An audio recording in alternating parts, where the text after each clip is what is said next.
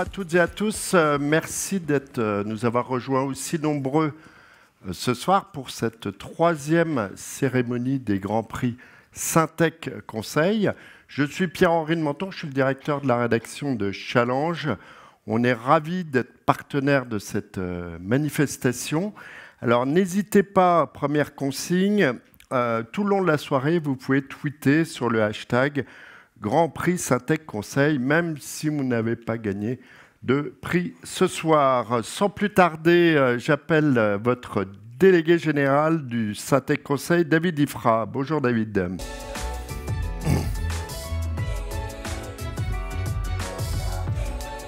Ravi de vous accueillir pour cette troisième édition et de ce nouveau partenariat avec Challenge. Alors, cette année, les projets qui ont été soumis, en fait, se sont déroulés pour l'essentiel dans l'année 2021. Une année qui n'a pas été épargnée par les contraintes sanitaires, ce qui n'a pas empêché les sociétés de conseil et d'études d'accompagner leurs clients et de favoriser leur résilience. En fait, la profession a enregistré une croissance à 2 chiffres en 2021 et nous prévoyons à peu près la même chose pour 2022, avec des besoins de transformation assez considérables dans tous les secteurs d'activité. On compte d'ailleurs, parmi les projets qui ont concouru cette année, plus de 15 secteurs clients différents. Dans ce contexte, la profession a besoin de continuer à attirer les meilleurs talents pour rester à la pointe des innovations dont certaines vont vous être présentées ce soir, en matière organisationnelle, technique, sociale, sociétale, humaine. Et nous espérons que les missions qui seront mises à l'honneur susciteront aussi des vocations, notamment parmi les jeunes qui pourront découvrir le palmarès. Très bonne cérémonie. Merci beaucoup David. Alors on espère pour 2023 une croissance à 2 chiffres, ça on ne sait pas. Alors comment ça va se passer? On va remettre ce soir une douzaine de récompenses et bien sûr, mais c'est tout à la fin, le Grand Prix Syntec Conseil 2022. Ces récompenses, alors c'est organisé de la façon suivante. On a des prix or et des prix argent. Et à chaque fois, on demandera aux lauréats de venir avec leurs clients pour présenter, nous rappeler quel était le projet. Enfin, 2 mots sur notre jury, on va vous le montrer. Il est constitué de professionnels. Ils se sont réunis 2 fois, une fois en octobre, une fois en novembre. La première réunion au mois d'octobre, c'était pour attribuer les fameux prix or et argent. Ça nous a fait les nominer pour le Grand Prix. Et là, on a eu des pitchs donc de chacun. On a passé pas mal de temps donc, pour établir cette sélection et sortir le Grand Prix Syntec Conseil 2022. Une sélection, vous l'avez compris, impitoyable, avec une méthodologie, puisqu'on est dans le métier du conseil, on aime bien ça, la méthodologie. Donc je vais vous rappeler les 4 critères pour qu'il n'y ait pas d'histoire. 1. Démonstration d'une transition structurée et durable pour l'entreprise ou l'institution cliente. 2. Démonstration de la mise en œuvre d'innovations sur le plan organisationnel, technique, social, sociétal et humain. 3. Présentation de résultats probants pour l'entreprise, bien sûr, les clients et les parties prenantes. Et enfin, last but not least, comme dirait l'autre, c'est vraiment important, je pense, pour un service de conseil, c'est l'adéquation entre les résultats obtenus et les objectifs qui avaient été fixés, quelle que soit l'échelle du projet. Alors, merci encore au jury. On va passer tout de suite à la révélation du palmarès avec une première catégorie. Il y en aura 7. La première, c'est la transformation des organisations. Dans ce métier, le jury s'est attaché à démontrer l'impact d'une stratégie élaborée par une société de conseil sur la transformation structurée et durable de l'entreprise ou de l'institution. Et le prix argent, on va rentrer dans le dur maintenant, le prix argent dans cette catégorie, il est décerné à M618 Consulting et BPI France pour ACE, accompagnement des entreprises. On peut les applaudir. ACE Accompagnement des entreprises, c'est un projet de middle office transverse, contrat facture, via un outil de traitement dématérialisé. Alors, vous allez passer par là, si ça ne vous dérange pas. Donc, j'ai le plaisir d'accueillir Kevin Jean, qui est associé de partenaire chez M618 Consulting. Charles Guyeux, directeur du pilotage et de la gestion chez BPI France. Et madame, je la laisserai se présenter. Voilà, bonjour Nina. Vous êtes chez BPI France. Voilà, vous êtes tous les deux chez BPI France. Peut-être en 2 minutes, vous nous présentez, peut-être vous le client, ou je ne sais pas, ou le conseil. Donc, quel était ce projet? Alors ce projet, donc déjà merci à tous, on est très fiers de ce prix et très heureux. Donc ce projet a consisté, donc c'est un travail de 4 ans entre BPI France et M618. Nous avons travaillé sur la constitution et le renforcement de l'équipe middle office de BPI France. Pourquoi? Pour accélérer l'accompagnement des entreprises en France, sur les territoires français. Donc le rôle du cabinet M618 a été de tout d'abord constituer l'équipe centrale qui a permis de faire la contractualisation, le suivi des projets et la facturation, et ensuite surtout sélectionner et déployer un outil, donc un ERP français, solution no-code, qui a permis donc derrière de mettre en place la solution. Les gains de cet outil ont été donc des gains de productivité de cette équipe middle office de plus de 66% par exemple sur la facturation, et qui a permis d'accompagner, donc de mettre en place les offres d'accompagnement et de permettre donc une accélération d'à peu près 76% des entreprises PME et ETI accompagnées entre 2020 et 2021. Voilà sur le projet. Eh bien, écoutez, merci beaucoup. Alors, c'est vrai, tout ce qu'il a raconté. Merci Kevin. Bonjour à tous et à toutes. Oui, nous sommes très honorés de recevoir ce prix.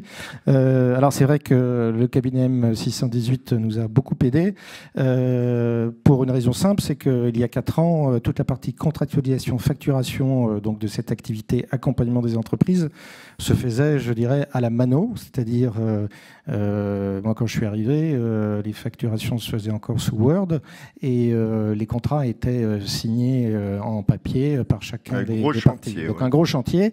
Et dans le cadre d'une croissance et d'une dynamique très forte de l'activité, donc il fallait industrialiser tout le process. Et donc M618 nous a accompagnés durant toute cette transformation complète, donc avec une transformation aussi au niveau des équipes, un mode de fonctionnement, mais aussi sur l'outil qui est parfaitement utilisé maintenant, très utile, et à tel point utile que d'autres services de BPI se sont lancés dans la grande aventure de cet outil, qui est une version améliorée d'un outil qu'on trouve sur étagère, gestion contractualisation, facturation, et voilà, donc nous sommes plus, je pense, une petite centaine maintenant à utiliser, 200 alors à la direction d'accompagnement, et je pense bien 150 à l'utiliser de manière quotidienne. Donc bravo à M618, bravo à bravo aux clients, bravo au conseil. On peut les applaudir. Et je vais vous demander de vous poser là 2 secondes pour faire une photo. Voilà, merci beaucoup. Et dans cette catégorie, donc dans cette même catégorie, nous avons 2 prix or ex aequo.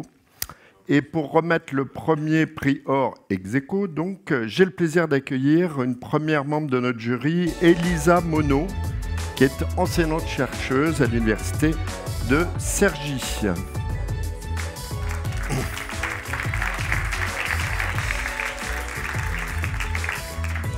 Alors Elisa, l'enveloppe magique, vous allez nous dire tout de suite à qui revient ce premier prix. Suspense. Alors le premier prix or est décerné à Soprasteria Next et Leroy Merlin France pour le projet de transformation Paris Intramuros. Bravo. Alors pour recevoir ce prix, nous recevons Julie Dubois, qui est Product Owner chez Leroy Merlin, et Laura Fernandez, avec qui elle a travaillé, et qui est Manager Conseil chez Sopra Sterio Next.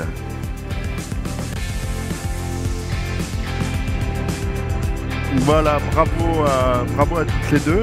Alors pourquoi le jury s'est attaché à ce projet Alors, ce que le jury a souligné dans ce dossier, c'est la qualité de l'accompagnement du cabinet pour son client, et en particulier la capacité à mener une aventure collective de transformation qui a associé à la fois les parties prenantes internes, mais aussi les habitants, via la démarche de service design qui a été mise en place. Dans les autres points forts de ce dossier, ce qui a été noté, c'est le caractère transformable et duplicable de cette expérimentation, et aussi le fait que ça puisse venir résonner sur les ambitions stratégiques un peu plus globales de l'enseigne. Alors moi, je voudrais savoir un peu, peut-être plus concrètement, ce que c'est que le projet Transformation Paris Intramuros. Alors je ne sais pas. La cliente, le conseil. Je peux commencer. Ouais. Déjà, merci beaucoup pour le prix. On est très fiers, Sopra Sterio Next, de recevoir ce prix dans la catégorie transformation. Alors, ce projet, quand on dit transformation du coup d'un nouveau business model, un nouveau modèle de cœur de ville pour Leroy Merlin, ça a été vraiment de se poser la question, voilà, qu'est-ce qu'on peut créer en dehors du modèle magasin historique, au sein des cœurs de ville pour aller conquérir ces habitants-là, notamment d'Intramuros et la clientèle parisienne qui est particulière, comme on le sait tous. Et donc on a travaillé main dans la main avec les équipes Leroy Merlin, en équipe courte et pendant 1 an, pour lancer des premières expérimentations, notamment des nouvelles boutiques, cuisine et salle de bain qui ont ouvert dans le 15e arrondissement. Donc si on m'avait dit un jour que j'aiderais Leroy Merlin à ouvrir des nouvelles boutiques, cuisine et salle de bain, je ne sais pas si j'aurais cru, mais c'est la beauté de ce métier aussi. Donc merci à Leroy Merlin pour leur confiance et merci aux équipes Sopra Sterio Next qui ont travaillé aussi sur le projet. Et je te laisse peut-être, Julie, si tu veux apporter des compléments. Oui, alors est-ce que les clients des premières boutiques issues de ce projet, est-ce qu'ils sont contents, ça se passe bien et vous avez revu quelques petits détails? C'est un projet de transformation agile, donc effectivement, pour l'instant, au bout de 2 mois d'ouverture, on en tire un certain nombre de constats, mais oui, nos habitants sont particulièrement ravis de voir ce nouveau format Leroy Merlin à proximité dans un écosystème adapté à leur habitat. Donc ça, c'est la bonne nouvelle. J'ai rien de particulier à ajouter sur ce que vient de dire Laura, parce que ça démontre à quel point Sopra était particulièrement intégré à notre équipe. Donc ça, c'est la force en fait de ce projet. Donc encore une fois, un grand merci à Laura et Sopra Sterio Next de nous avoir accompagnés. Ça a vraiment bougé notre mindset, nos codes, nos façons de penser dans notre entreprise. Donc ça, c'est un vrai succès. Au-delà des boutiques physiques, c'est un vrai sujet de transformation humaine. Et on en ressent encore les effets, même après le départ de Sopra, sur ce début de projet de Transfo Test. Alors, je suis journaliste. Vous ne pouvez pas nous donner un petit scoop? Ça va être déployé partout en France, ce concept. C'en est où? C'est un test, visiblement. Oui, c'est un test, parce que au milieu de terrain d'atterrissage d'un premier test à Paris, qui est vraiment représentatif d'un persona habitant tellement exacerbé et particulier. Donc, du coup, l'idée, c'est qu'on se donne encore 1 an pour tester et effectivement venir itérer un certain nombre d'items différents. Mais vraiment, la volonté, c'est de démultiplier dans d'autres villes en France. Eh bien, écoutez, merci à toutes les deux. Merci beaucoup. Je vais vous demander de vous mettre là pour le photocall. Et on va remettre le 2e prix. Alors, c'est le 2e prix, donc catégorie or, transformation des organisations. Vous n'avez pas perdu le fil. Et pour remettre ce prix, j'accueille un autre membre du jury, Emmanuel Coquille, qui est directeur commercial de Binomad du groupe BNP Paribas.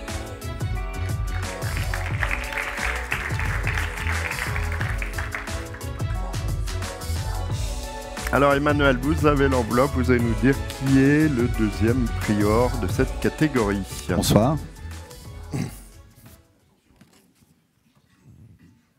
Eh bien, le 2e prix or de cette catégorie est TNP Consultant et l'agence de services et de paiement. Voilà, bravo à tous les deux. J'appelle François Raboisson, qui est directeur numérique et des systèmes d'information de l'agence de services et de paiement, et Thierry Cartala, qui est partenaire chez TNP Consultant.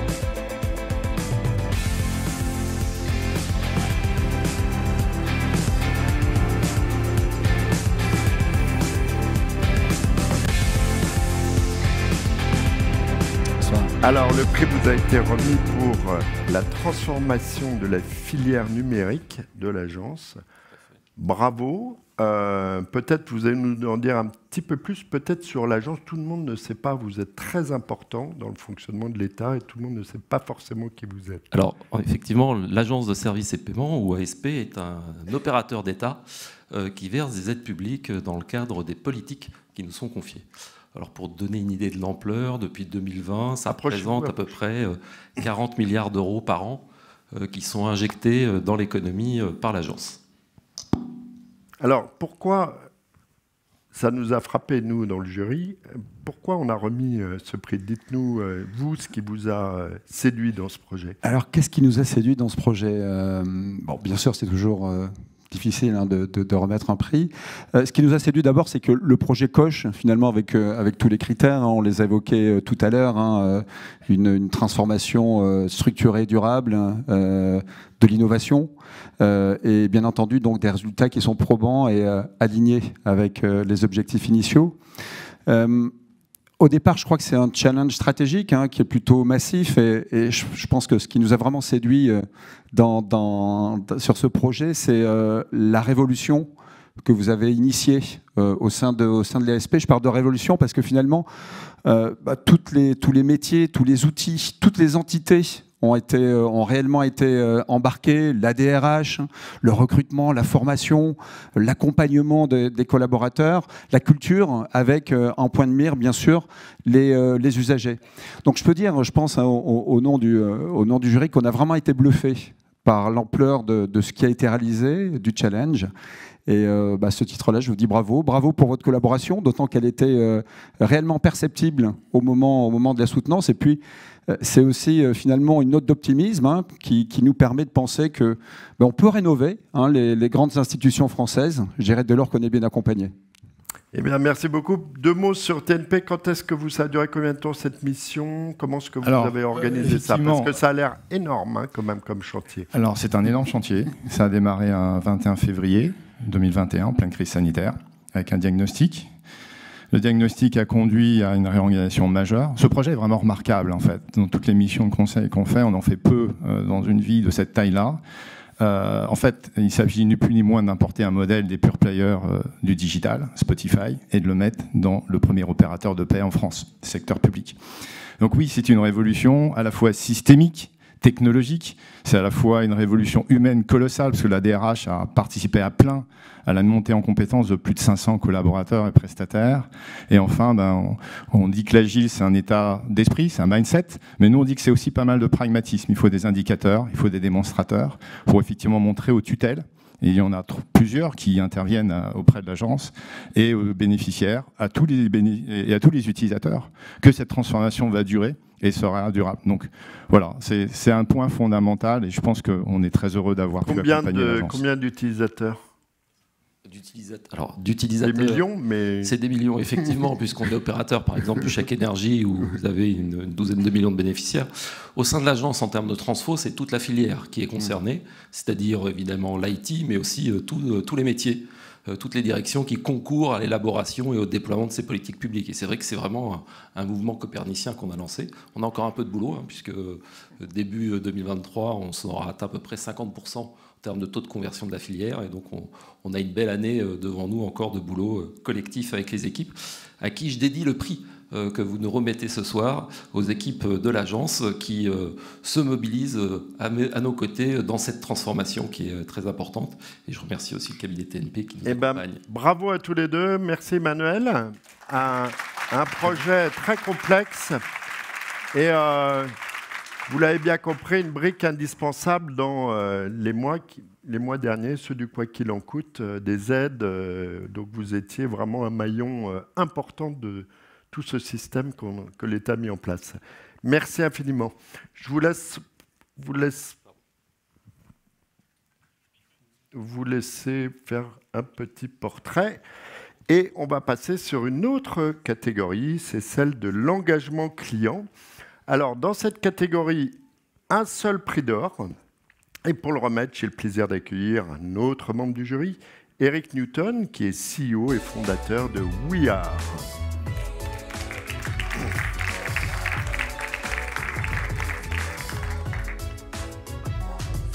Voilà, bonjour Bonsoir. Eric. Alors, Bonsoir. je vous laisse le soin de... Ça marche, ça marche, oui, ça marche. Oui, ça marche. Bonsoir. Je vous laisse le soin de nous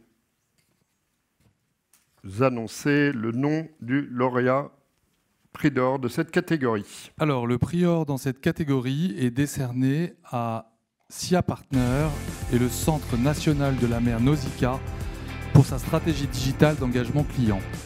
Nous accueillons pour recevoir ce prix or, engagement client, Nicolas Jamblin, qui est Managing Director de SIA Experience chez SIA Partners, Anne de Meilly, directrice marketing, communication et développement commercial chez Nausicaa, et Bertrand Lemoigne, qui est directeur associé chez SIA Partners. Voilà, voilà. Bonjour à tous. Bonsoir. Alors, peut-être qu'Eric nous dise un peu dans ce qui nous a frappé dans ce projet.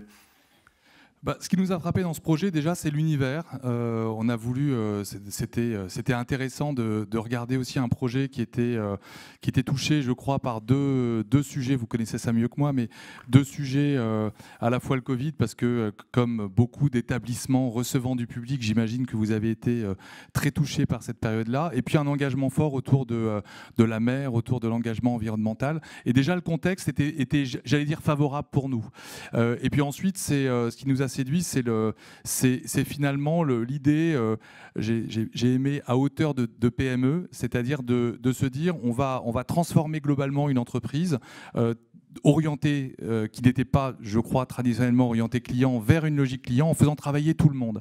Et donc cette idée de faire travailler tout le monde dans l'entreprise et également d'avoir une transformation plutôt horizontale plutôt que verticale nous a séduit. Voilà. Merci beaucoup. Donc peut-être quelques mots sur Nausicaa pour ceux qui ne connaissent pas. C'est le plus grand aquarium d'Europe qui est basé à Boulogne-sur-Mer. Donc c'est pas très loin, n'hésitez pas à y aller. C'est assez magique, hein. Nous on a été bluffés la première fois qu'on est venu. Il y a notamment un bassin qui fait 10 000 m3, c'est ça? Alors c'est inspirant pour un conseil de voir tous ces... Ah bah c'est rafraîchissant, quoi. C'est génial, quoi.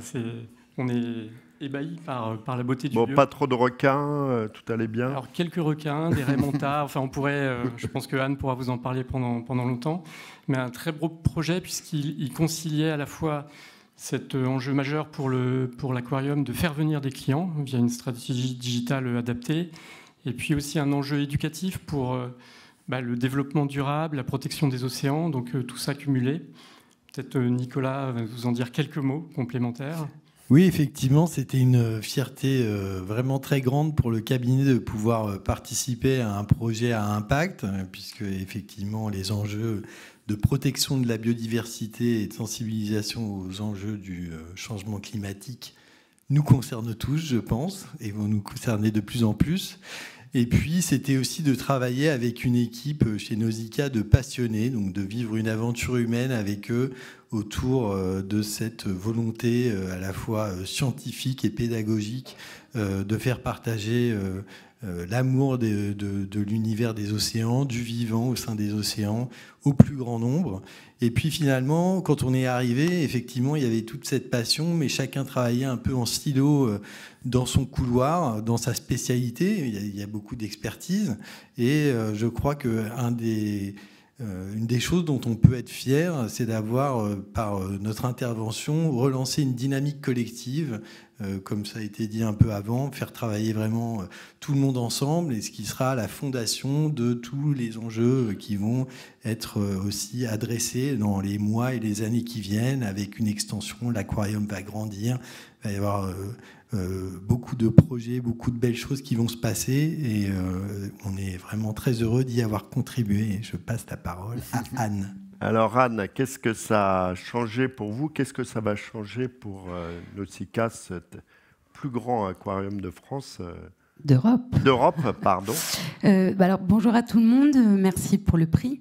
Je pense qu'effectivement, il y a deux choses qui sont très notables.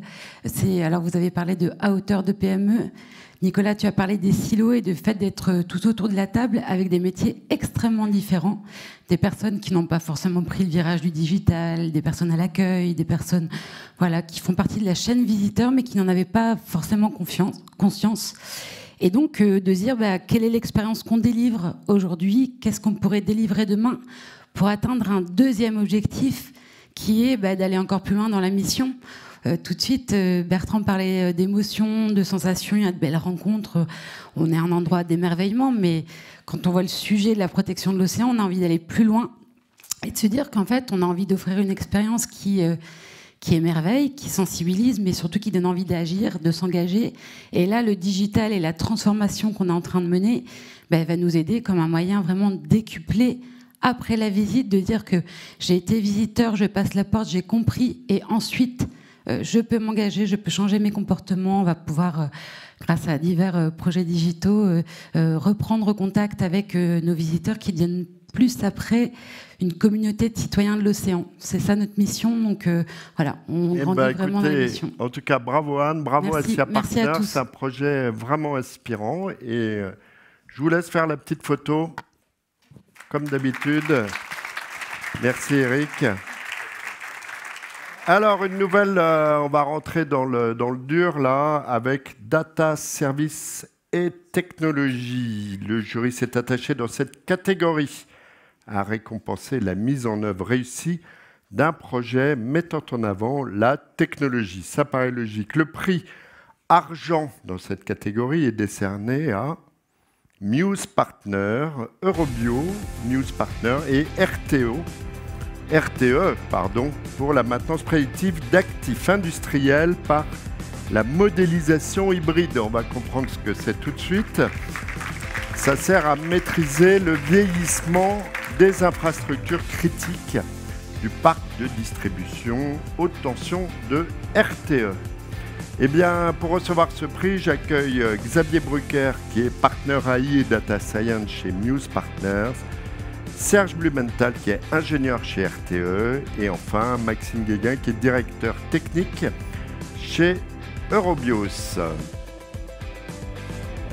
Voilà, bonjour messieurs. Pour remettre ce prix, je vais accueillir un nouveau membre du jury, Olivier Roux, qui est directeur général de DocaPost.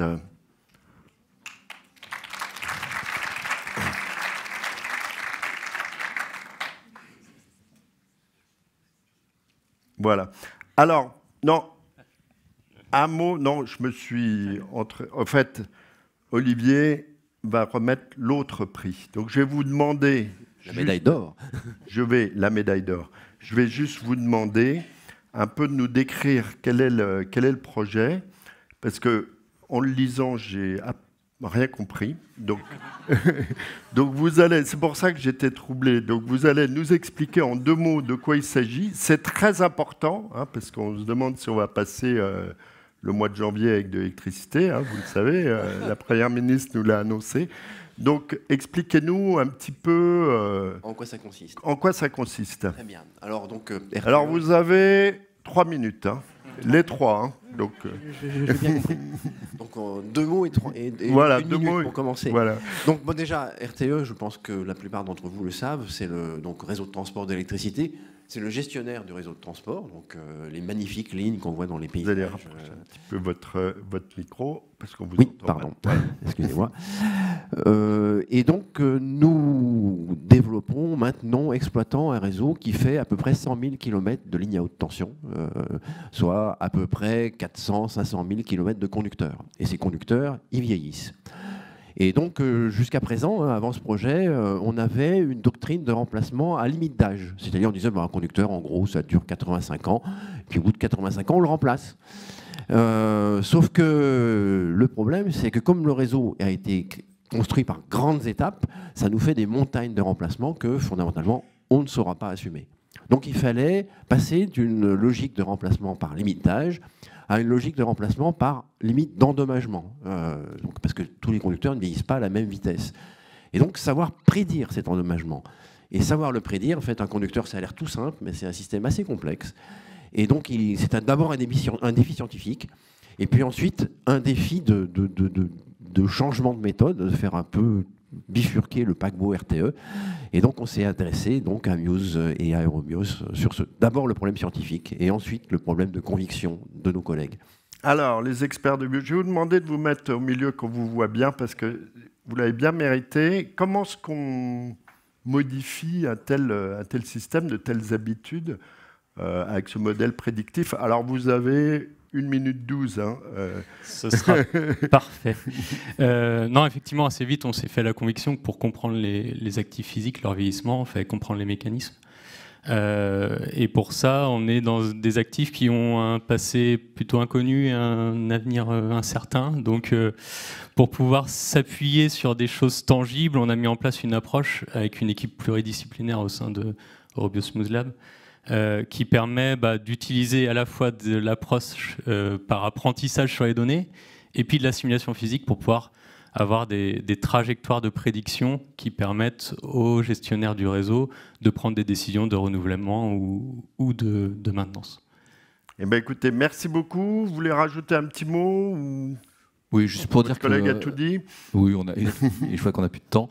Non, juste pour dire qu'on est très fiers de recevoir ce prix et ça montre bien le type de valeur ajoutée qu'on essaie d'apporter à l'industrie européenne au travers de la data et de l'intelligence artificielle. Et on voit que ça apporte des sujets qui sont extrêmement complexes, mais qui ont un impact essentiel sur l'Europe. Voilà. En tout cas, bravo à tous les trois. Et moi, j'ai à peu près compris. Donc, chapeau, ça fait partie aussi du métier de pouvoir expliquer ce qu'on fait. Je vous laisse prendre la photo et Olivier, je vous invite à me rejoindre. Cette fois, c'est la bonne puisque c'est le prix or et donc on a le plaisir d'accueillir le directeur général de DocaPost qui va nous dévoiler quel est ce prix or. Bonjour. Alors, donc le prix or dans cette catégorie est décerné à Accenture pour fruits et légumes, réduction de la casse et amélioration de la qualité perçue grâce à l'intelligence artificielle. Waouh! Alors, on accueille pour recevoir ce prix Jérôme Besson, qui est Managing Director AAI chez Accenture, et Yasser Rougui, qui est Manager AAI chez Accenture.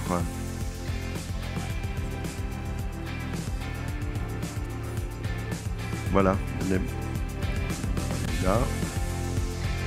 Voilà, bonjour à tous les deux. Alors, qu'est-ce qui nous a séduit, nous, le jury, dans ce projet? Je crois que, et je suis même sûr, en fait, ce qui nous a séduit, c'est à la fois le côté innovant, avec de l'intelligence artificielle, une certaine complexité parce qu'on est dans un environnement qui vit, donc des gens qui touchent, qui tripotent, qui déplacent, des problématiques de luminosité, il fait jour, il ne fait pas jour, il peut y avoir des problèmes de lumière, c'est le jour, c'est la nuit, etc., des apprentissages qui semblaient complexes. Puis le sujet est sous-jacent parce qu'en fait on va adresser les ressources premières, limiter le gaspillage, etc., qui sont quand même des enjeux qui vont devenir de plus en plus importants pour la planète. Et c'est la conjonction de ces deux sujets qui nous ont amenés à décerner ce prix. Voilà, merci beaucoup. Un petit mot sur votre job sur cette mission chez Accenture. Je pense que vous l'avez très bien résumé. Donc, je ne sais pas si on l'avait bien présenté. D'abord, on remercie les membres du jury et c'est tout au nom de l'équipe Accenture Applied Intelligence qu'on reçoit ce prix, bien sûr. Effectivement, c'est un projet qu'on a pris beaucoup de plaisir à réaliser parce que vous l'avez évoqué, il a plusieurs dimensions. La première dimension, elle est économique parce qu'effectivement, on a travaillé pour un grand distributeur qu'on doit encore garder confidentiel. Alors, on n'a pas le droit de dire le nom, mais il existe. Mais il existe et il est connu. Et il était au salon Retail for Tech, pour ceux qui étaient là, il a communiqué sur le sujet. Mais bon, dans le cadre on n'avait pas le droit de le dire. Et donc, effectivement, une dimension économique, une dimension, vous l'avez dit, sociale, parce qu'on s'adresse à du gaspillage, et une dimension environnementale, parce que lorsqu'on détruit des produits, finalement, en magasin, c'est toute la chaîne de valeur, finalement, où on se dit qu'on a un peu perdu ces choses-là. L'autre chose aussi qui était très intéressant, et vous l'avez évoqué, c'est que si on est capable de faire ça aujourd'hui, c'est parce qu'on a une maturité des technologies, de la data, vous l'évoquez, de l'intelligence artificielle, du cloud computing, mais aussi des caméras qu'on met en magasin qui ont une abordabilité qui est relative relativement attractif parce qu'on peut déployer à l'échelle. Quand on parle d'un grand distributeur en France, c'est 400-500 magasins. Et pour couvrir un rayon fruits et légumes, c'est une dizaine de caméras, plus un certain nombre de boîtiers, du réseau, du cloud, etc. Donc on voit qu'il y a des coûts qui sont extrêmement importants. Donc ça, c'était vraiment super important. L'autre chose, c'est que, vous l'avez évoqué, on s'est adressé directement, donc la gestion de la casse, on détruit les produits, on veut la limiter. Mais en fait, à partir du moment où on a le film en continu du rayon, on est les yeux du responsable de rayon. Lui, il passe 2 ou 3 fois par jour en fonction de rythmes qui sont calés. Il sait que les clients, vous l'évoquez, vont venir, vont plus ou moins endommager les produits.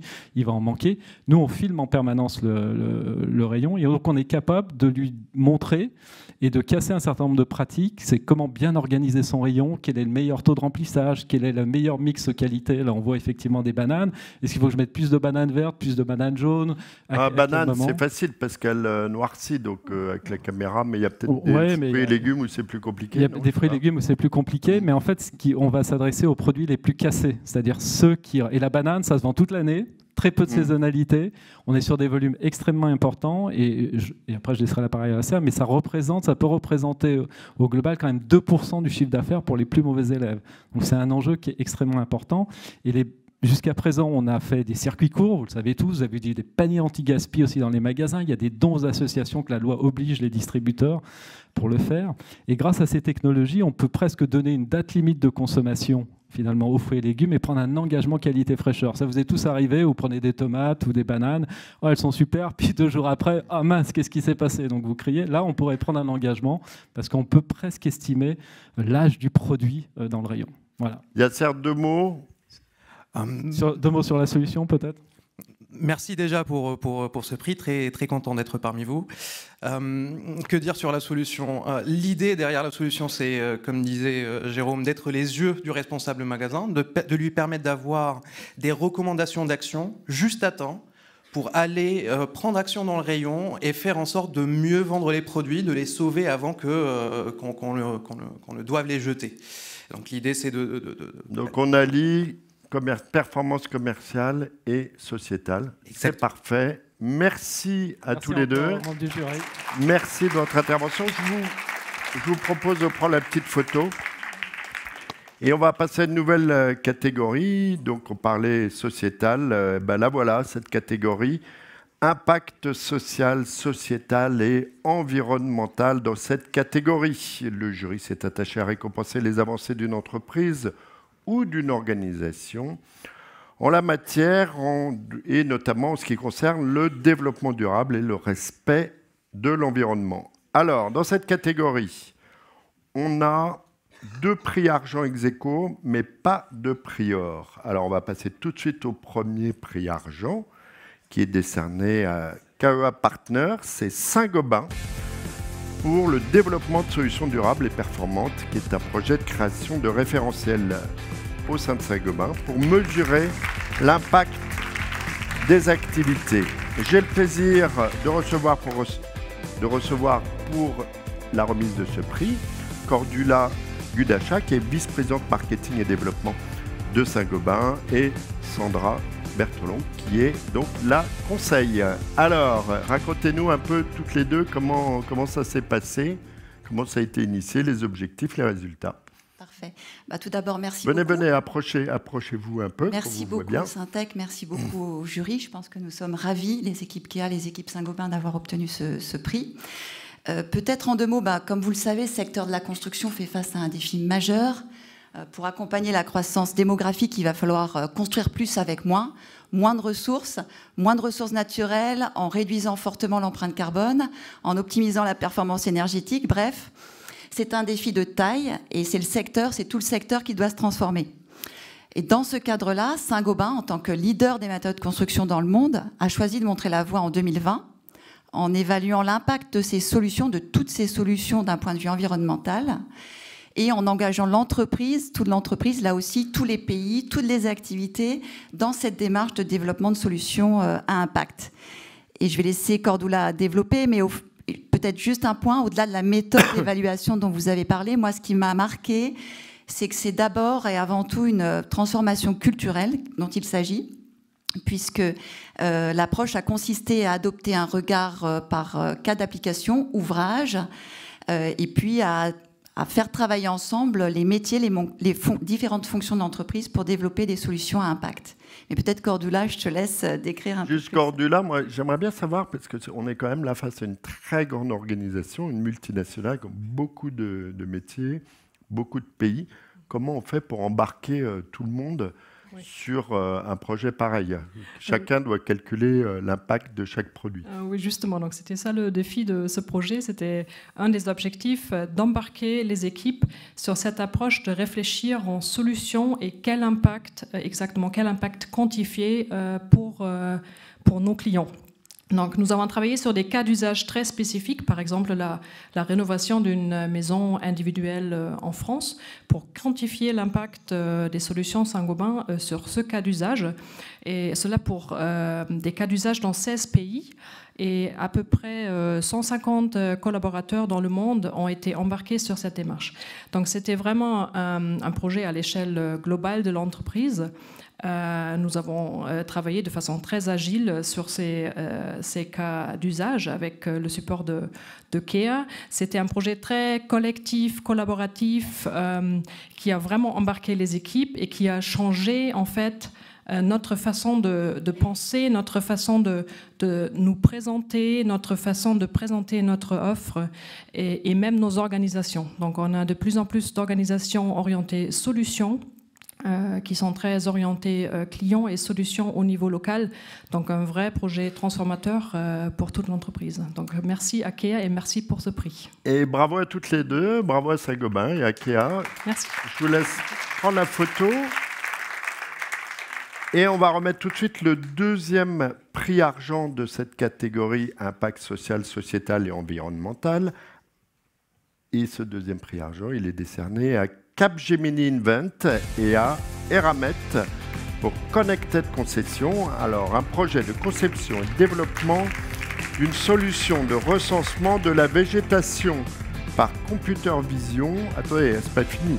En renforçant le monitoring environnemental et les relations avec les communautés locales au Sénégal. On va bientôt en savoir plus grâce à ces deux messieurs, Ludovic Donati, approchez-vous, qui est Chief Digital and Performance Officer chez Eramet, et Hugo Cascarini, qui est directeur conseil sectorial Data Strategy chez Capgemini Invent. Alors là, il va falloir un peu nous raconter l'histoire. Hein. Je ne sais pas, qui veut se lancer? L'histoire, déjà, Eramet. On est un groupe Eramet, français, ça on connaît, oui. Mais voilà, beaucoup à l'international. Et on est en pleine révolution des métaux. On a besoin de métaux pour toutes les applications, l'aéronautique, la défense, le nucléaire. Et quand on parle beaucoup de souveraineté aujourd'hui, il y a ce besoin en métaux forts. Et nous, chez Eramet, on veut fournir pour la France, l'Europe et tous nos clients des métaux qui sont dans les meilleurs standards RSE. Et dans le cadre de notre stratégie de transformation numérique, on veut en particulier travailler sur l'impact que le numérique peut avoir de manière positive sur tous nos engagements RSE. Et sur un groupe minier, vous vous en doutez en particulier, l'impact environnemental, social est très fort. Et au Sénégal en particulier, là on voit notre mine qui a la particularité d'être flottante, où on extrait du sable et où on récupère des minéraux qu'ensuite on vend pour d'autres applications, peinture, etc.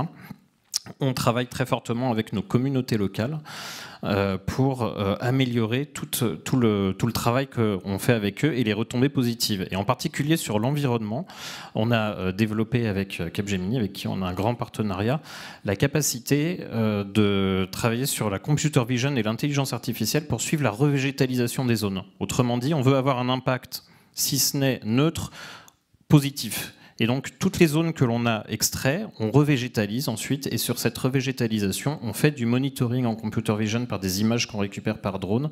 Et on s'assure que la biodiversité et l'impact que l'on a est même meilleur qu'avant notre exploitation. Ok, alors, chez Capgemini, racontez-nous un peu de votre côté peut-être un peu technique. On n'est pas très loin des caméras sur les bananes tout à l'heure. Enfin, c'est un peu différent quand même, mais... On n'est pas très loin, il faut imaginer remplacer probablement les caméras par des drones et les étals par une concession minière qui fait 450 km². Il faut avoir en tête déjà qu'avec Eramet, ça fait 4 ans qu'on développe des produits IA, data. Et on avait beaucoup travaillé jusqu'ici sur l'efficience des procédés, sur la sobriété énergétique des procédés. Là, on est sur une autre dimension du RSE où on fiabilise et on automatise le suivi environnemental. Donc, comme disait Ludovic, on a une obligation, une nécessité de compter unitairement tous les éléments de végétation, tous les arbres, tous les arbustes, sur cette concession minière. Et comme cette mine est mobile, la concession est très grande, 450 km². Il faut imaginer 450 km². 450 km². C'est énorme. Et vous imaginez bien que c'est très dur, voire impossible à faire à la main. C'est pour ça que l'on a développé une solution qui utilise des données qui sont issues de drones, qui vont survoler et photographier l'intégralité de la concession minière. On va compter unitairement chaque élément de végétation et on va permettre de fiabiliser, d'automatiser ce reporting environnemental. Et on a un impact à travers ça assez immédiat sur l'environnement, sur les populations. Sur l'environnement, parce que la fiabilité de ce comptage-là, c'est la transparence. La transparence, c'est la base de l'exploitation responsable des ressources minières. Et surtout pour les populations, en fait, on va réhabiliter les zones utilisées. Et quand on les réhabilite, on crée des zones agricoles, des cultures, qui vont être restituées aux populations locales. Et ça a un impact direct et immédiat sur la qualité de vie. Eh bien, écoutez, bravo à tous les deux. Bravo Eramet, bravo Capgemini. Merci beaucoup. Je vous laisse passer à la photo. Et on va changer de catégorie.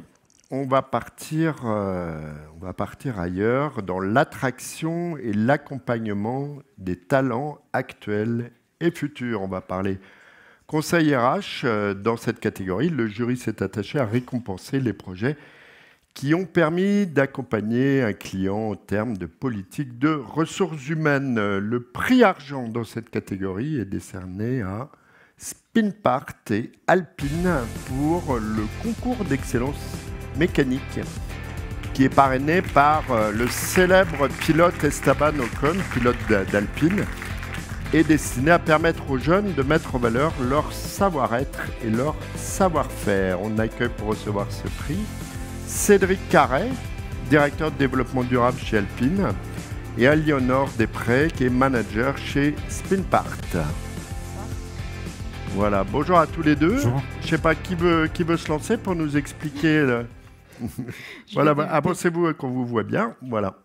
Bonsoir et merci du coup au jury. On va faire assez rapide, mais pour vous donner un petit peu de contexte, on est ravis d'avoir accompagné les équipes d'Alpine F1 Team sur la conception et sur le pilotage de ce concours d'excellence mécanique Alpine, concours qui a été à destination en fait des jeunes pour pouvoir valoriser la filière mécanique, électromécanique, toute la transition énergétique, pour pouvoir les faire rêver, les encourager, qui viennent de tous horizons, et leur montrer qu'en France, on a des métiers d'excellence et que du coup, on était ravis de partager.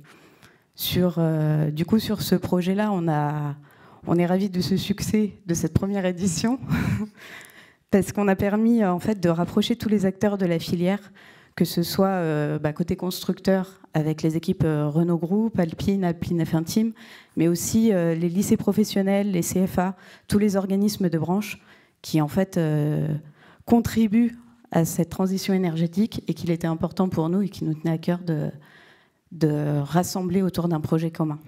Donc, alors, merci. Chez Alpine, on a attiré les jeunes talents, c'est facile. Vous avez une telle marque, une telle aura.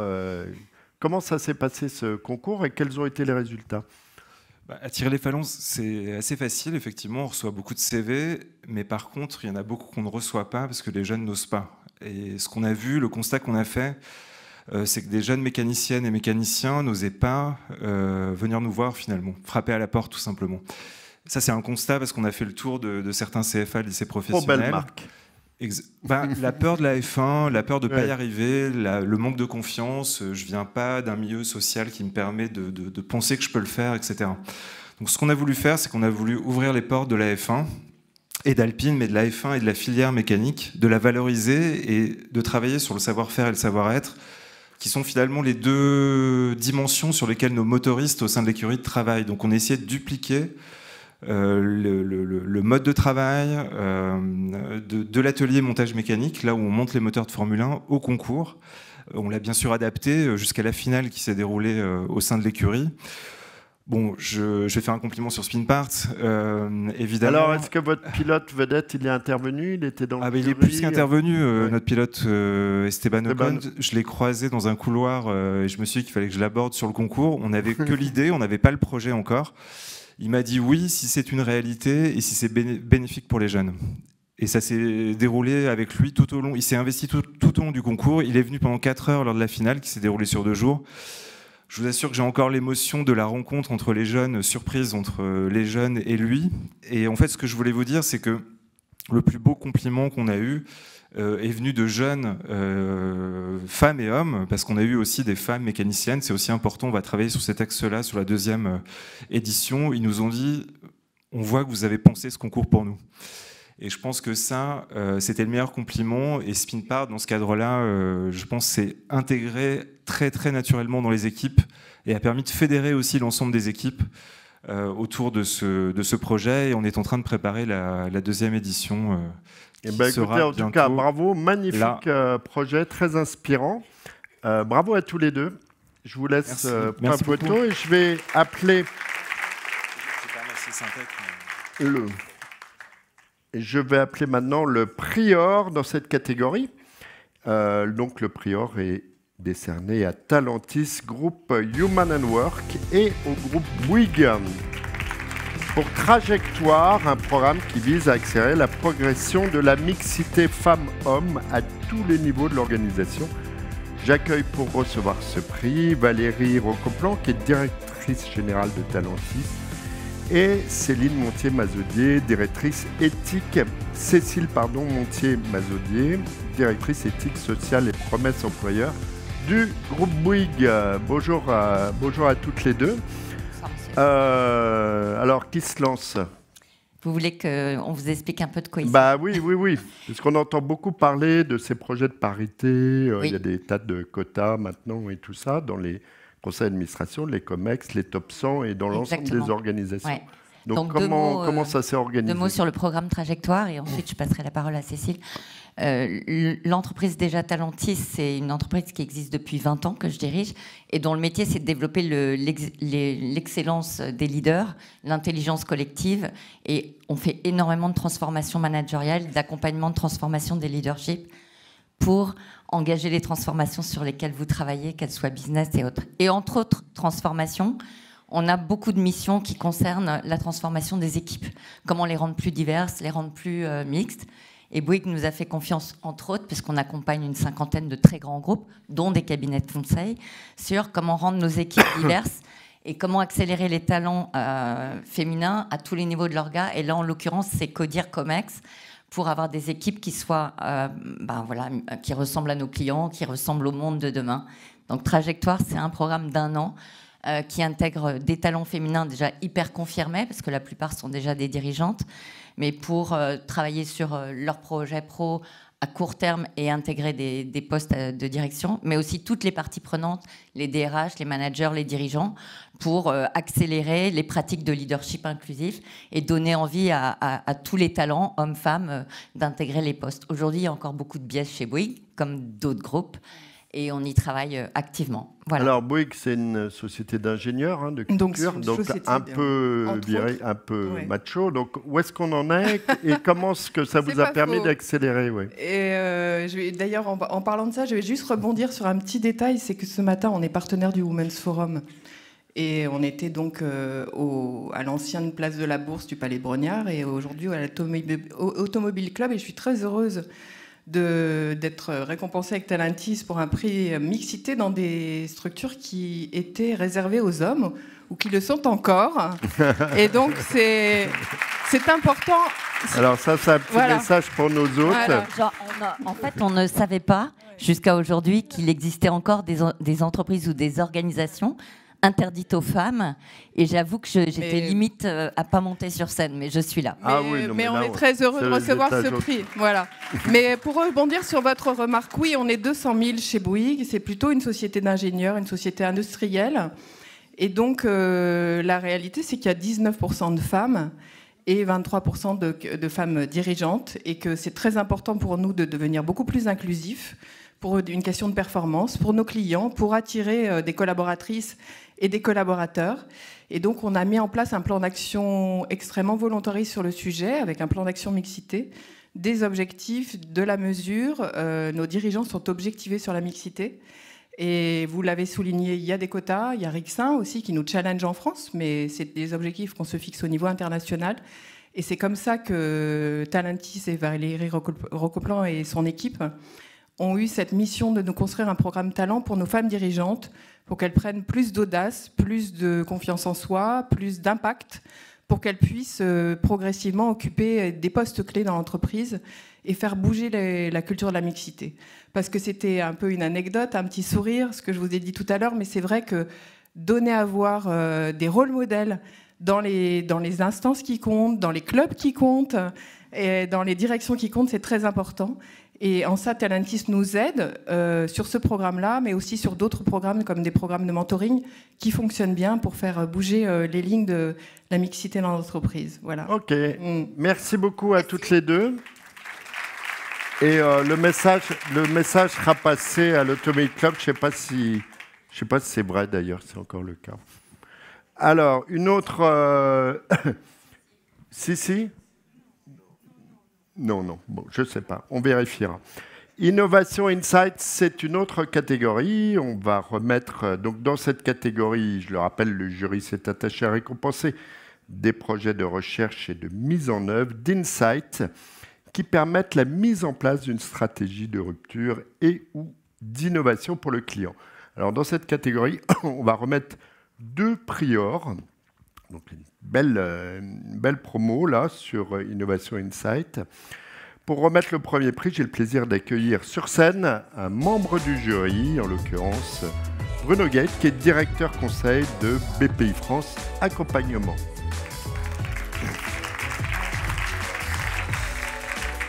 Alors, c'est à vous de nous dévoiler le nom du premier prix d'or dans cette catégorie.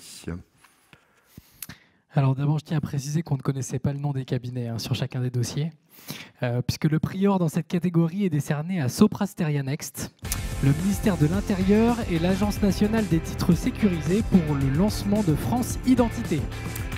Eh bien, j'ai le plaisir, nous allons accueillir Philippe Clapin, qui est directeur général France chez Sopra Steria Next, et Olivier Sabouret, qui est partenaire chez Sopra Steria Next.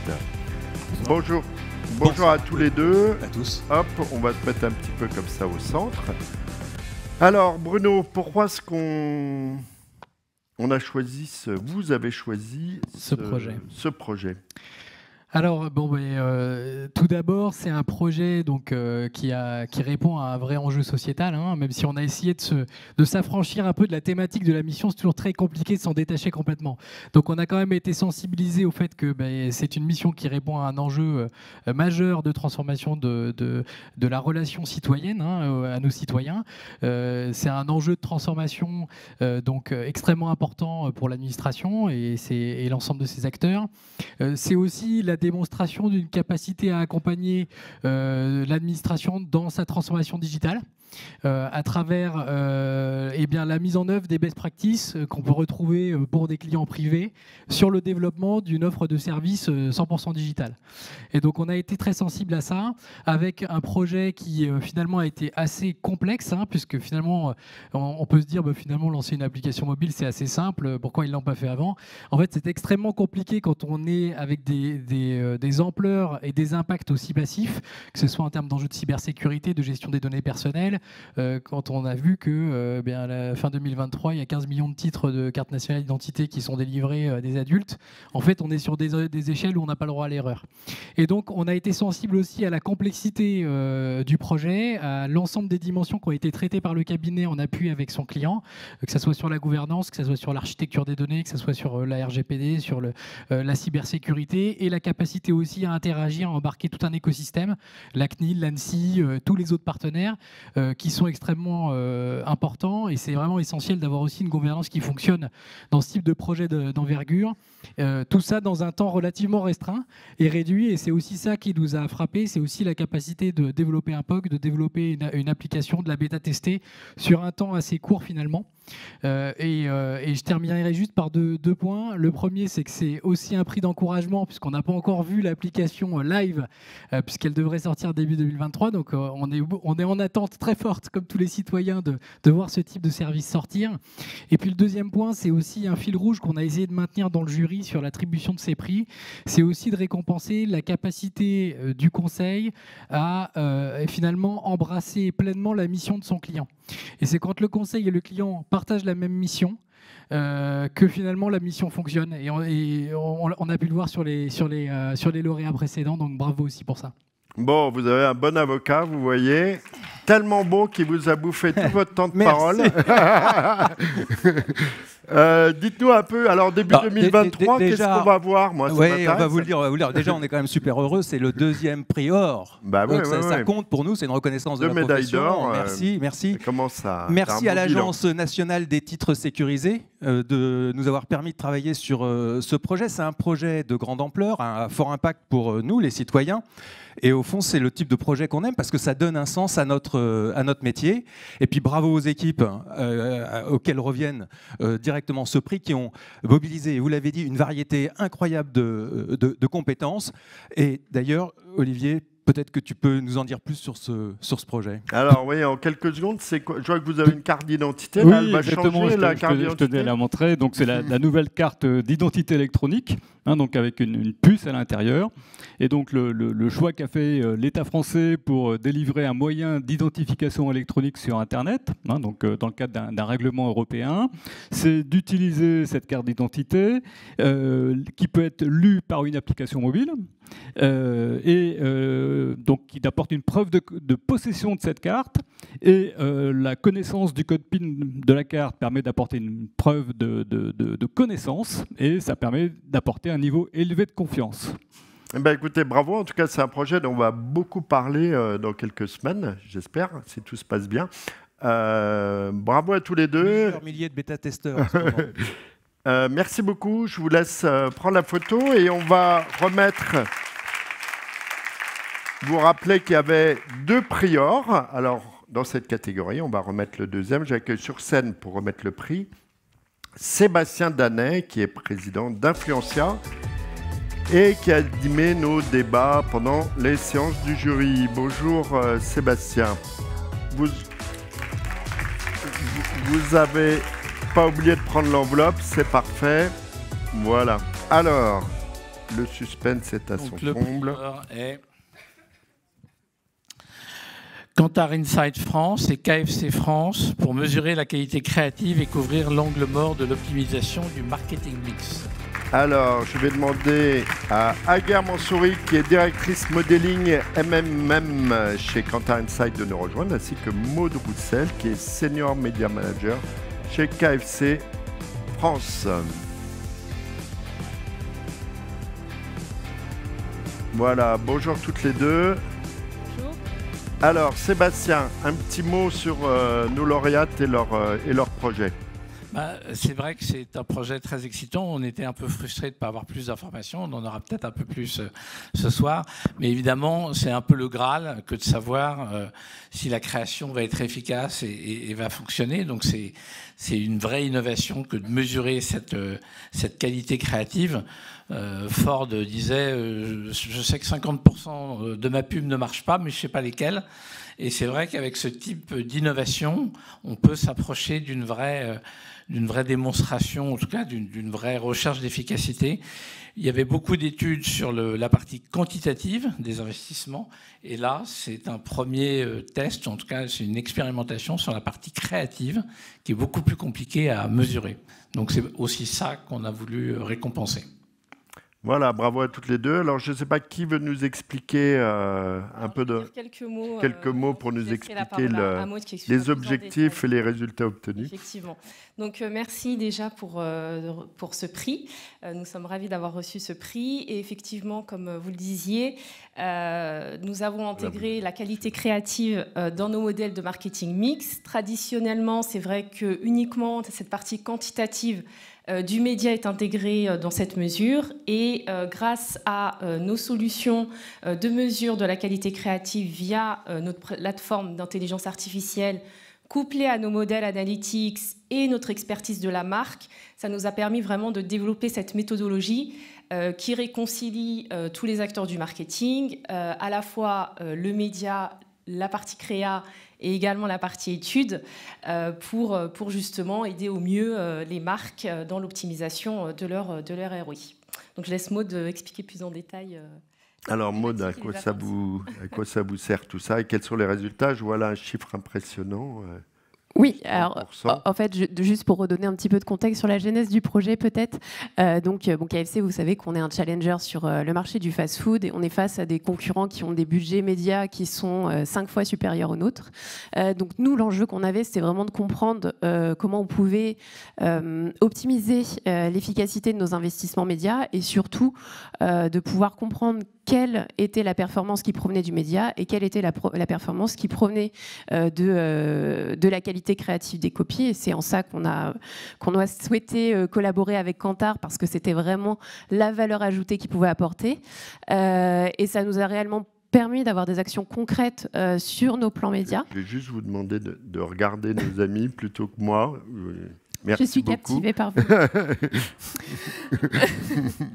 Et donc, du coup, c'est vrai qu'on a pu mener des actions concrètes sur l'optimisation de nos plans médias, notamment en arrêtant en fait d'investir sur les copies qui avaient été identifiées comme non performantes ou en tout cas avec un ROI relativement limité, et à contrario d'augmenter nos investissements de manière assez basique sur les leviers médias qui sont avérés les plus performants, couplés du coup à des copies télé ou des créas affichage qui étaient proven success sur nos ventes. Eh bien, écoutez, merci à toutes les deux. Bravo à KFC, bravo à Kantar. Merci Sébastien. Alors, là, on a basculé. Il nous reste une catégorie. C'est la stratégie de communication et de mobilisation.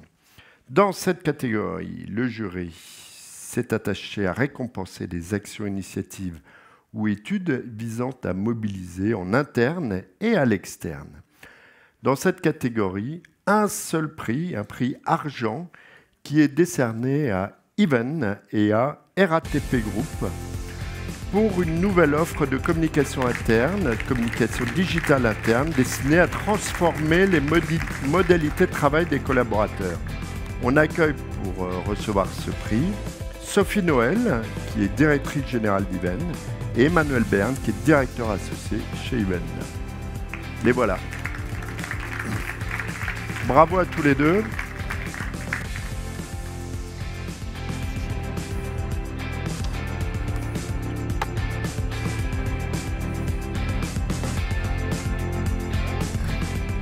Alors, on est à mi-chemin entre les RH et la communication interne, j'ai l'impression. Dans votre mission chez RATP, vous allez un peu nous raconter ce que vous avez fait pour eux. Alors, je laisserai Emmanuel raconter. Juste, je tiens à préciser que l'agence s'appelle Even. Ah, Even, je suis désolé. Et j'y tiens beaucoup. Even. Donc, merci au jury, merci au Syntec, merci aussi à RATP qui, malheureusement, n'a pas pu être là ce soir. On a été ravis de les accompagner sur ce projet après une consultation intense. Le projet a été intense aussi. Je laisserai la parole à Emmanuel pour raconter le projet en détail. Juste dire que là où je suis particulièrement ravie, c'est que si Even existe depuis... Challenge, pas de challenge, c'est pareil. Voilà, vous comprenez ce que je veux dire. Si Even existe depuis plus de 20 ans, en revanche, notre activité consulting est plus récente. Donc, démarrer et gagner un prix, c'est chouette. Voilà. Donc, avec bravo, un beau Emmanuel, client bien compliqué, là. Bravo, ouais. Alors, dites-nous un peu le projet. Ça consistait en quoi, votre mission ? Alors, vous n'êtes pas sans savoir que la RATP subit des transformations assez impressionnantes en ce moment et dans les années à venir. Et pour accompagner ces transformations, ils se posaient aussi la question de comment transformer aussi leur communication interne, d'où une réflexion sur l'offre de communication interne. Très concrètement, il a fallu concevoir avec eux une nouvelle plateforme, l'architecture d'une nouvelle plateforme de communication qui sera à disposition, enfin qui est désormais à disposition de tous les communicants internes pour pouvoir faire en sorte qu'au sein de l'ensemble des départements de la RATP, chacun puisse avoir la possibilité de communiquer aux différents salariés. Et à la RATP, c'est ça qui a fait la richesse du projet, c'est que les salariés peuvent être tous très très différents entre un machiniste et vous savez tous qu'on en a besoin énormément en ce moment et qui n'a pas de compte Microsoft, qui n'a pas d'ordinateur qui est fourni par l'entreprise et quelqu'un qui par exemple va travailler à l'ASI, à la RATP. Voilà, il y a des besoins qui sont extrêmement différents et donc il a fallu concilier l'ensemble de ces besoins.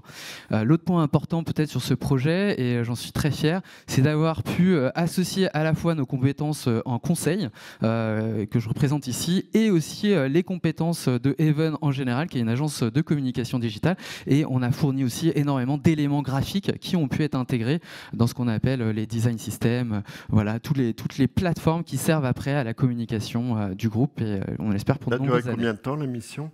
La mission a duré 6 mois, avec une relation humaine extrêmement agréable avec le groupe RATP, et un regret, c'est que ça s'est passé pendant le Covid, et donc nous n'avons malheureusement pas pu nous voir autant qu'on l'aurait voulu. Voilà. Je pense que ça, c'est un point assez qui se retrouve chez beaucoup d'autres missions de ces dernières années. Avec l'allergie au Zoom qui suit. Je ne sais pas si c'est votre cas, mais...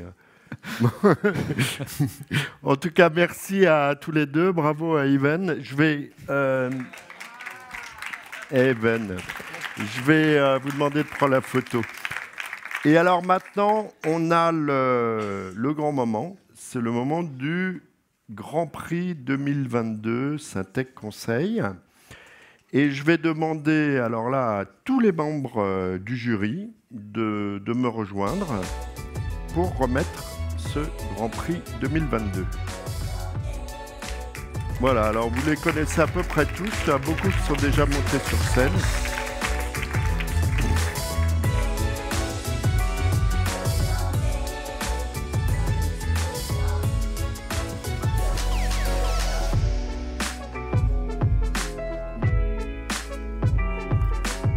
Ils sont tous là, donc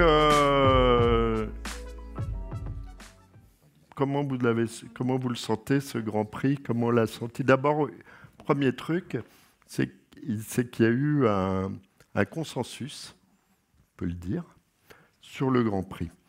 Alors, est-ce qu'il y en a un d'entre vous qui veut un peu expliquer, avant qu'on dise qui c'est, comment on a fait pour le trouver? Oui, bien sûr. Vous m'entendez? Ouais. Eh bien, comment on a fait pour trouver le Grand Prix? D'abord, on a repris tous les prix or qui ont déjà été présentés ce soir. Nous avons voté pour chacun de ces prix. Et puis, partant de là, donc, certains projets sont ressortis. Et nous avons été amenés ensuite à revoter, à rediscuter, parce que c'est vrai que c'était très, très serré.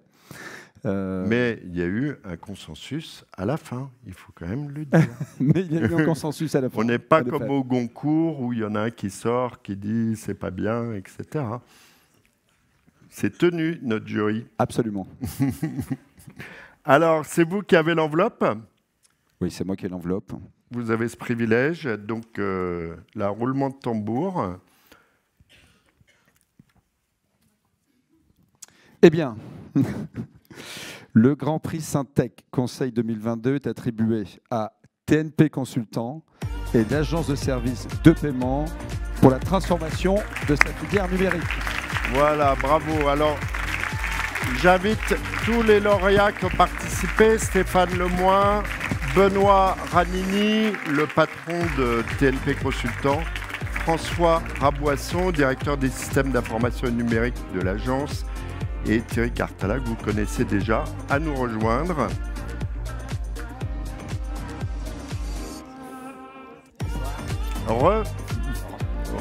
En tout cas ceux qui sont déjà montés. Voilà. Rebonsoir. Voilà. Donc voilà nos gagnants des Grands Prix. Alors, on en a déjà parlé de ce projet que personnellement je trouve tout à fait extraordinaire, massif, au cœur de l'État. Vous savez qu'il y a un petit sujet en ce moment sur... Voilà, hein, on n'en parle pas plus. Mais Voilà, là, il y a quand même de l'utilité d'un conseil pour une mission au cœur de l'État. Alors, je ne sais pas si un membre du jury veut un peu nous revenir dessus, on a déjà parlé, mais ce qui nous a particulièrement séduit dans ce projet. Oui, je pense que c'est important de revenir dessus. Alors, attendez, mettez-vous je ne sais pas si je suis hors cadre ou pas. Voilà. Peut-être juste, donc effectivement, les discussions ont été âpres, puisqu'il y a eu beaucoup de dossiers de qualité. Ce qui nous a vraiment marqué dans ce projet-là, c'est vraiment la capacité du Conseil à accompagner un projet de transformation structurant, de grande ampleur, avec de l'innovation aussi, parce qu'on n'est pas rentré dans le détail du projet, mais c'est aussi des labs d'IA, de l'innovation que vous êtes allé chercher ailleurs pour venir l'intégrer. Vous avez parlé de Spotify, etc. Et donc finalement, il y avait un peu toutes les composantes des différents critères sur lesquels on devait évaluer les projets qu'on a retrouvés dans ce cas précis, avec en plus une dimension de dimensionnement du projet qui a fait que c'est quand même sorti du lot. Voilà, je ne sais pas s'il y a un des membres du jury qui veut compléter, mais voilà, c'est ce que je voulais dire. En tout cas, bravo. On va peut-être vous redonner la parole, peut-être Benoît ou monsieur, si vous voulez un peu nous... Voilà, qu'est-ce que ça fait de recevoir aujourd'hui le Grand Prix Syntec Conseil? Évidemment, ça fait très plaisir et je voudrais d'abord remercier l'ensemble des équipes, parce que vous l'avez un peu suggéré, ça a mobilisé l'ensemble de l'agence, pas seulement la filière numérique, mais plus largement. Donc je voudrais les remercier pour leur engagement et puis remercier TNP de nous avoir accompagnés. Pour moi, le prix, il a aussi un double sens. D'abord, un sens particulier parce qu'on l'a évoqué, on est une agence d'État et donc cette transformation, on l'a fait dans un contexte de mission de service public. Vous l'avez dit tout à l'heure, l'ASP, c'est un opérateur qui est très peu connu. Mais mine de rien, c'est une quarantaine de milliards par an d'aides publiques qui sont distribuées. Alors, il faut rappeler, vous m'arrêtez si je me trompe. Au départ, l'agence servait, ce qui est d'ailleurs un gros morceau, quand même, quelques milliards, à verser les subventions de Bruxelles aux agriculteurs français. C'est bien ça, non? Alors, tout à fait, en partie. Et puis, après, ça s'est déployé. Bon, on a un État assez généreux, en plus, en ce moment. Donc, voilà. Et donc aujourd'hui, on verse une quarantaine de milliards sur des politiques, pour le coup, qui sont bien plus emblématiques que nous. Donc, à savoir, pour donner quelques exemples, vous fixez les idées, l'activité partielle, c'est nous qui avons payé le chômage partiel pendant le Covid. Les aides à l'apprentissage, le chèque énergie, la ristourne de carburant, les aides de la PAC, vous l'avez évoqué, et beaucoup d'autres aides dans tous les domaines. Et donc, ces dimensions de service public, elles donnent une coloration particulière au projet qu'on a mené. Et puis, le deuxième élément de contexte particulier que je voudrais évoquer, mais qui est lié au premier, c'est par rapport à la temporalité, au moment où on le fait. En fait, ce projet, on l'a engagé, ça a été évoqué tout à l'heure, on l'a engagé en 2021, et c'est dans un contexte, on va dire post-Covid, d'une certaine manière, où on a été secoué pour les raisons que vous imaginez pendant la crise de Covid. Et surtout, on a été interpellé par le déploiement de l'action de l'État dans tout un tas de domaines depuis 2 ans et demi, à la fois au titre de la relance post-Covid, au titre des mesures de pouvoir d'achat en ce moment, il y en a beaucoup qu'on distribue à l'agence, au titre à plus long terme de la transition écologique, entre autres. Et donc, on est très régulièrement sollicité depuis quelques années de façon massive, répétée, dans des domaines d'intervention très divers, et évidemment avec une attente politique très forte vis-à-vis des bénéficiaires, que ce soit des entreprises ou des particuliers, citoyens, d'être au rendez-vous. C'est-à-dire à la fois en temps, bien sûr, que les aides arrivent et dans un délai politique qui soit audible, et puis évidemment avec une qualité de service qui soit à la hauteur de ce qui peut être attendu. Et donc la transformation qu'on a engagée, elle était aussi destinée à nous permettre d'avoir cette réactivité et cette capacité à être au rendez-vous. C'est ce contexte que je voulais rappeler, il est quand même assez particulier. Assez particulier, les chiffres sont hallucinants, 40 milliards, des millions de bénéficiaires, on ne sait même plus combien il y en a. Donc s'il y a un bug, c'est sûr que ça fait mal. Un peu tendu comme mission, Benoît? Ouais, c'était une mission. Déjà, nous, on est très fiers parce que c'est la première fois, ça fait 15 ans qu'on fait des transformations. On a plutôt accompagné jusqu'à présent des grandes banques, des grandes industries. c'est la première fois qu'on accompagne une agence de l'État, et en plus dans les territoires, parce que c'était pas à Paris, c'était plutôt à Limoges, et avec en plus des a priori, parce qu'on disait oui, service de l'État, ça fait moins ci, ça fait moins ça, etc. Et puis en fait, on s'est aperçu que on a des qualités humaines, des dirigeants qui sont tout aussi performants, voire aussi performants que dans les grandes industries ou dans les grandes banques. Et ça a été sincèrement dur, parce que c'est massif, ça touche toutes les dimensions, mais les résultats sont là, et c'est ce qui fait que ce métier est passionnant, c'est qu'on imagine des choses, et que les choses qu'on a imaginées et qu'on a co-construites avec nos clients se réalisent. En tout cas, bravo pour cette mission complexe et massive au cœur de l'État. Et vraiment un tonnerre d'applaudissements, parce que Benoît, tu voulais rajouter quelque chose. Je voulais remercier déjà Syntec, je voulais remercier Challenge. Pour nous, c'est une date importante. Ça fait 15 ans qu'on a été créé, et on fait cette année 100 millions d'euros de chiffre d'affaires. Donc c'est aussi une belle période pour nous, donc merci beaucoup. Et on trouve ça très sympa que la corporation du Conseil se réunisse ce soir. Voilà. Voilà, et écoutez, merci beaucoup. Je vais vous laisser, on va faire la photo là-bas, je crois. Non, ah non, on l'a fait là, on l'a fait comme ça. Alors voilà, alors on avance.